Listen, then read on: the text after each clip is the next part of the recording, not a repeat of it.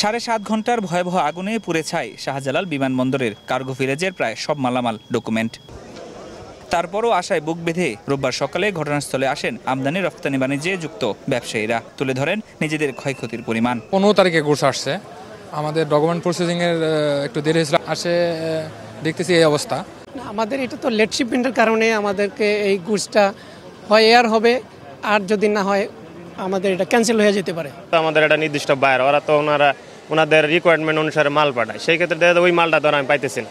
এই মালটা পুনরায় বুকিং দিয়ে নিয়ে আসা, এমনকি এক্সপোর্ট করা, সেই ক্ষেত্রে এক্সপোর্টের একটা হ্যাম্পার হচ্ছে।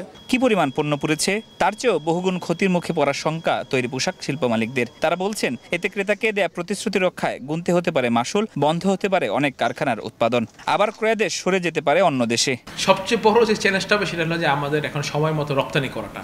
কারণ আমাদের এয়ারপোর্টে যখন আমরা কোনো গুডস আনি এয়ারে, সেগুলো আসলে খুব ইমার্জেন্সি যেগুলো থাকে সেগুলো আনি, সেগুলো যখন নষ্ট হয়ে যায় তখন কিন্তু সেটার অনেকগুলো এফেক্ট পড়ে, যে আপনার এফেক্ট অনেক বেশি। যেমন আমার শিপমেন্ট আটকে যাবে, আমার প্রোডাকশন বন্ধ যাবে ফ্লোরের, আমার বসায় ওয়ার্কারের বেতন দিতে হবে, এবং সবচেয়ে বড় কথা হলো বায়ার হয়তো বা আর্জেন্সির জন্য গুডসগুলো ক্যান্সেলও করে দিতে পারে, কারণ আমি তো অলরেডি লেট। ডেন্টিস্টের পরামর্শ নাও নতুন কোলগেট অ্যাক্টিভ সল্ট।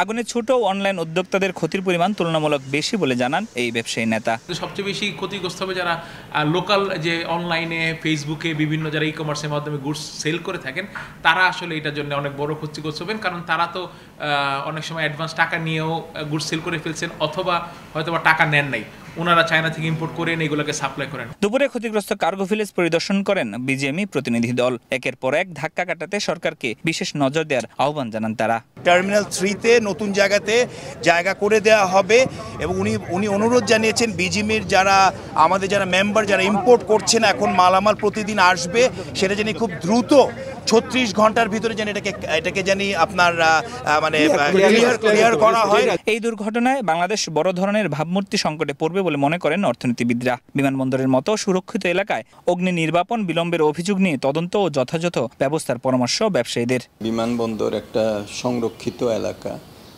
এ ধরনের একটি এলাকায় এত বড় একটা অগ্নিকাণ্ড হলো, সামগ্রিকভাবে এই ঘটনাটার মধ্য দিয়ে এটা কিন্তু একটা আন্তর্জাতিকভাবে ভাবমূর্তির একটা বড় ধরনের ক্ষুণ্ণ হয়েছে। শক্তিশালী একটু পদক্ষেপ নেওয়া দরকার। যদি আমাদের সরকার যে কারা কারা দায়ী, কাদের জন্য এটা দেরি হলো, কেন এই জায়গাতে সিভিল এভিয়েশনের বড় যারা পর্যায়ে আছেন, ডাইরেক্টর থেকে শুরু করে যারা আছেন, তাদের বিরুদ্ধে যদি খুব দ্রুত শাস্তিমূলক ব্যবস্থা নেওয়া যায়, আমার মনে হয় যে তাহলেই আমাদের ভাবমূর্তিটা অনেকাংশে শক্ত হবে। দ্বিপাক্ষিক বাণিজ্য সহজ করতে দ্রুত বিকল্প গুদাম স্থাপন ও ক্ষতিপূরণের দাবি ঢাকা কাস্টম এজেন্টস অ্যাসোসিয়েশনের। ফরহাদুর রহমান, সময় সংবাদ, ঢাকা।